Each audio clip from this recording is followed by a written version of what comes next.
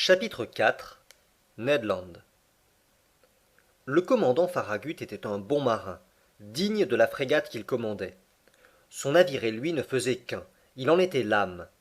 Sur la question du cétacé, aucun doute ne s'élevait dans son esprit, et il ne permettait pas que l'existence de l'animal fût discutée à son bord.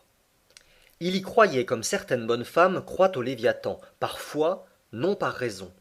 Le monstre existait, il en délivrerait les mers, il l'avait juré. C'était une sorte de chevalier de Rhodes, un dieudonné de Gozon, marchant à la rencontre du serpent qui désolait son île. Ou le commandant Farragut tuerait le narval, ou le narval tuerait le commandant Farragut. Pas de milieu.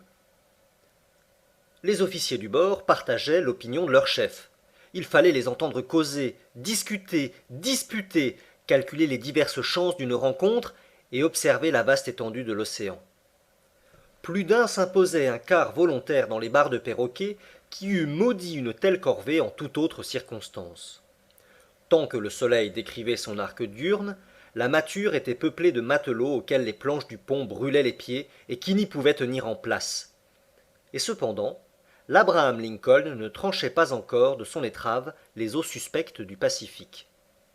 Quant à l'équipage, il ne demandait qu'à rencontrer la licorne, à la harponner, à la hisser à bord, à la dépecer.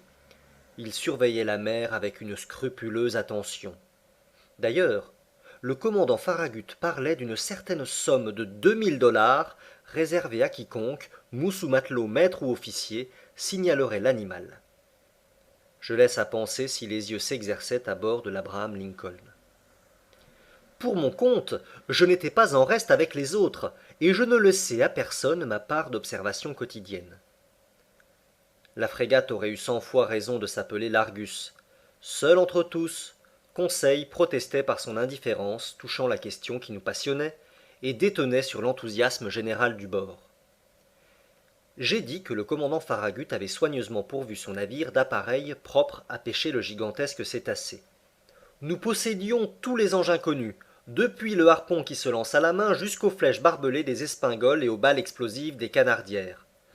Sur le gaillard d'avant s'allongeait un canon perfectionné, se chargeant par la culasse, très épais de parois, très étroit d'âme, et dont le modèle doit figurer à l'exposition universelle de 1867.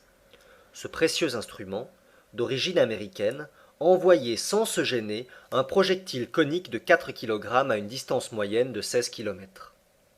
Donc, l'Abraham Lincoln ne manquait d'aucun moyen de destruction, mais il avait mieux encore. Il avait Ned Land, le roi des harponneurs. Ned Land était un Canadien, d'une habileté de main peu commune, et qui ne connaissait pas d'égal dans son périlleux métier. Adresse et sang-froid, audace et ruse, il possédait ces qualités à un degré supérieur, et il fallait être une baleine bien maline ou un cachalot singulièrement astucieux pour échapper à son coup de harpon. Ned Land avait environ 40 ans. C'était un homme de grande taille, plus de 6 pieds anglais, vigoureusement bâti, l'air grave, peu communicatif, violent parfois, et très rageur quand on le contrariait. Sa personne provoquait l'attention, et surtout la puissance de son regard qui accentuait singulièrement sa physionomie. Je crois que le commandant Farragut avait sagement fait d'engager cet homme à bord. Il valait tout l'équipage à lui seul pour l'œil et les bras. Je ne saurais le mieux comparer qu'à un télescope puissant qui serait en même temps un canon toujours prêt à partir. Qui dit Canadien, dit Français. Et si peu communicatif que fût Ned Land, je dois avouer qu'il se prit d'une certaine affection pour moi. Ma nationalité l'attirait sans doute. C'était une occasion pour lui de parler, et pour moi d'entendre cette vieille langue de Rabelais qui est encore en usage dans quelques provinces canadiennes. La famille du harponneur était originaire de Québec, et formait déjà une tribu de hardis pêcheurs à l'époque où cette ville appartenait à la France. Peu à peu, Ned prit goût à causer, et j'aimais à entendre le récit de ses aventures dans les mers polaires. Il racontait ses pêches et ses combats avec une grande poésie naturelle. Son récit prenait une forme épique, et je croyais écouter quelque Homère canadien chantant l'Iliade des régions hyperboréennes. Je dépeins maintenant ce hardi compagnon tel que je le connais actuellement. C'est que nous sommes devenus de vieux amis, unis de cette inaltérable amitié qui naît et se cimente dans les plus effroyayantes conjonctures. Ah, brave Ned, je ne demande qu'à vivre 100 ans encore pour me souvenir plus longtemps de toi. Et maintenant, quelle était l'opinion de Ned Land sur la question du monstre marin? Je dois avouer qu'il ne croyait guère à la licorne, et que seul à bord il ne partageait pas la conviction générale. Il évitait même de traiter ce sujet sur lequel je crus devoir l'entreprendre un jour. Par une magnifique soirée du 30 juillet, c'est-à-dire 3 semaines après notre départ, la frégate se trouvait à la hauteur du Cap Blanc, à 30 milles sous le vent des côtes Patagones. Nous avions dépassé le tropique du Capricorne, et le détroit de Magellan s'ouvrait à moins de 700 milles dans le sud. Avant 8 jours, l'Abraham Lincoln sillonnerait les flots du Pacifique. Assis sur la dunette, Ned Land et moi, nous causions de choses et d'autres, regardant cette mystérieuse mer dont les profondeurs sont restées jusqu'ici inaccessibles au regard de l'homme. J'amenais tout naturellement la conversation sur la licorne géante, et j'examinais les diverses chances de succès ou d'insuccès de notre expédition. Puis, voyant que Ned me laissait parler sans trop rien dire, je le poussai plus directement. Comment, Ned, lui demandai-je, comment pouvez-vous ne pas être convaincu de l'existence du cétacé que nous poursuivons? Avez-vous donc des raisons particulières de vous montrer si incrédule?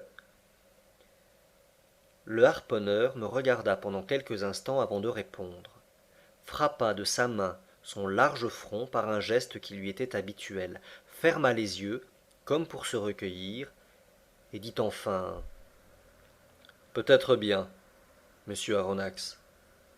Cependant, Ned, vous, un baleinier de profession, vous qui êtes familiarisé avec les grands mammifères marins, vous dont l'imagination doit aisément accepter l'hypothèse de cétacés énormes, vous devriez être le dernier à douter en de pareilles circonstances. C'est ce qui vous trompe, monsieur le professeur, répondit Ned. Que le vulgaire croie à des comètes extraordinaires qui traversent l'espace, ou à l'existence de monstres antédiluviens qui peuplent l'intérieur du globe, passe encore. Mais si l'astronome ni le géologue n'admettent de telles chimères. De même le baleinier. J'ai poursuivi beaucoup de cétacés, j'en ai harponné un grand nombre, j'en ai tué plusieurs, mais si puissants et si bien armés qu'ils fussent, ni leur queue, ni leur défense n'auraient pu entamer les plaques de tôle d'un steamer. Cependant, Ned, on cite des bâtiments que la dent du narval a traversés de part en part. Des navires en bois, c'est possible, répondit le Canadien, et encore, je ne les ai jamais vus. Donc, jusqu'à preuve contraire, je nie que baleine, cachalot ou licorne puissent produire un pareil effet. Écoutez-moi, Ned. Non, monsieur le professeur, non. Tout ce que vous voudrez, excepté cela. Un poulpe gigantesque, peut-être. Encore moins, Ned. Le poulpe n'est qu'un mollusque et ce nom même indique le peu de consistance de ses chairs. Eût-il 500 pieds de longueur, le poulpe, qui n'appartient point à l'embranchement des vertébrés, est tout à fait inoffensif pour des navires tels que le Scotia ou l'Abraham Lincoln. Il faut donc rejeter au rang des fables les prouesses des krakens ou autres monstres de cette espèce. Alors, monsieur le naturaliste, reprit Ned Land d'un ton assez narquois, vous persistez à admettre l'existence d'un énorme cétacé. Oui, Ned. Je vous le répète avec une conviction qui s'appuie sur la logique des faits. Je crois à l'existence d'un mammifère puissamment organisé, appartenant à l'embranchement des vertébrés, comme les baleines, les cachalots ou les dauphins, et muni d'une défense cornée dont la force de pénétration est extrême. Hum, fit le harponneur en secouant la tête de l'air d'un homme qui ne veut pas se laisser convaincre. Remarquez, mon digne Canadien, repris-je, que si un tel animal existe, s'il habite les profondeurs de l'océan, s'il fréquente les couches liquides situées à quelques miles au-dessous de la surface des eaux, il possède nécessairement un organisme dont la solidité défie toute comparaison. Et pourquoi cet organisme si puissant? Demanda Ned. Parce qu'il faut une force incalculable pour se maintenir dans les couches profondes et résister à leur pression. Vraiment? Dit Ned qui me regardait en clignant de l'œil. Vraiment? Et quelques chiffres vous le prouveront sans peine. Oh, les chiffres, répliqua Ned. On fait ce qu'on veut avec les chiffres. En affaires, Ned, mais non en mathématiques. Écoutez-moi. Admettons que la pression d'une atmosphère soit représentée par la pression d'une colonne d'eau haute de 32 pieds. En réalité, la colonne d'eau serait d'une moindre hauteur puisqu'il s'agit de l'eau de mer, dont la densité est supérieure à celle de l'eau douce. Eh bien, quand vous plongez, Ned, autant de fois 32 pieds d'eau au-dessus de vous, autant de fois votre corps supporte une pression égale à celle de l'atmosphère, c'est-à-dire de kilogrammes par chaque centimètre carré de sa surface. Il suit de là qu'à 320 pieds cette pression est de 10 atmosphères, de 100 atmosphères à 3200 pieds et de 1000 atmosphères à 32 000 pieds, soit 2 lieues et demie environ. Ce qui équivaut à dire que si vous pouviez atteindre cette profondeur dans l'océan, chaque centimètre carré de la surface de votre corps subirait une pression de 1000 kilogrammes. Or, mon brave Ned, savez-vous ce que vous avez de centimètres carrés en surface? Je ne m'en doute pas, monsieur Aronnax. Environ 17 000. Tant que cela? Et comme en réalité la pression atmosphérique est un peu supérieure au poids d'un kilogramme par centimètre carré, vos 17 000 centimètres carrés supportent en ce moment une pression de 17 568 kilogrammes.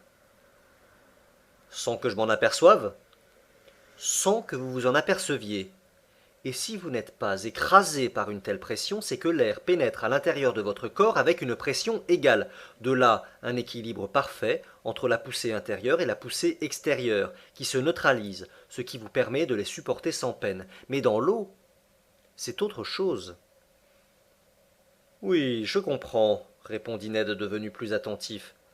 Parce que l'eau m'entoure et ne me pénètre pas. Précisément, Ned.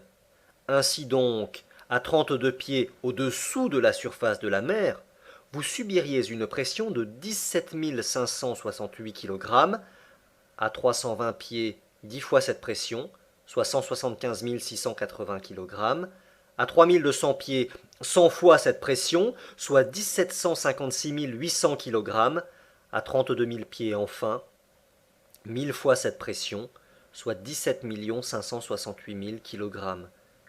C'est-à-dire que vous seriez aplati comme si l'on vous retirait des plateaux d'une machine hydraulique. Diable, fit Ned. Eh bien, mon digne harponneur, si des vertébrés, longs de plusieurs centaines de mètres et gros à proportion, se maintiennent à de pareilles profondeurs, eux dont la surface est représentée par des millions de centimètres carrés, c'est par milliards de kilogrammes qu'il faut estimer la poussée qu'ils subissent. Calculez alors quelle doit être la résistance de leur charpente osseuse et la puissance de leur organisme pour résister à de telles pressions. Il faut, répondit Ned Land, qu'ils soient fabriqués en plaques de tôle de 8 pouces, comme les frégates cuirassées. Comme vous dites, Ned. Et songez alors aux ravages que peut produire une pareille masse lancée avec la vitesse d'un express contre la coque d'un navire. Oui, en effet, peut-être, répondit le Canadien, ébranlé par ces chiffres, mais qui ne voulait pas se rendre. Eh bien, vous ai-je convaincu? Vous m'avez convaincu d'une chose, monsieur le naturaliste, c'est que si de tels animaux existent au fond des mers, il faut nécessairement qu'ils soient aussi forts que vous le dites. Mais s'ils n'existent pas, entêté Harponneur, comment expliquez-vous l'accident arrivé au Scotia? C'est peut-être... dit Ned hésitant. Allez donc. Parce que... ça n'est pas vrai, répondit le Canadien en reproduisant sans le savoir une célèbre réponse d'Arago. Mais cette réponse prouvait l'obstination du harponneur, et pas autre chose. Ce jour-là, je ne le poussai pas davantage. L'accident du Scotia n'était pas niable. Le trou existait si bien qu'il avait fallu le boucher. Et je ne pense pas que l'existence d'un trou puisse se démontrer plus catégoriquement. Or, ce trou ne s'était pas fait tout seul, et puisqu'il n'avait pas été produit par des roches sous-marines ou des engins sous-marins, il était nécessairement dû à l'outil perforant d'un animal. Or, suivant moi, et pour toutes les raisons précédemment déduites, cet animal appartenait à l'embranchement des vertébrés, à la classe des mammifères, au groupe des pisciformes, et finalement à l'ordre des cétacés. Quant à la famille dans laquelle il prenait rang, baleines, cachalots ou dauphins, quant au genre dont il faisait partie, quant à l'espèce dans laquelle il convenait de le ranger, c'était une question à élucider ultérieurement. Pour la résoudre, il fallait disséquer ce monstre inconnu. Pour le disséquer, le prendre. Pour le prendre, le harponner, ce qui était l'affaire de Ned Land. Pour le harponner, le voir, ce qui était l'affaire de l'équipage. Et pour le voir, le rencontrer. ce qui était l'affaire du hasard.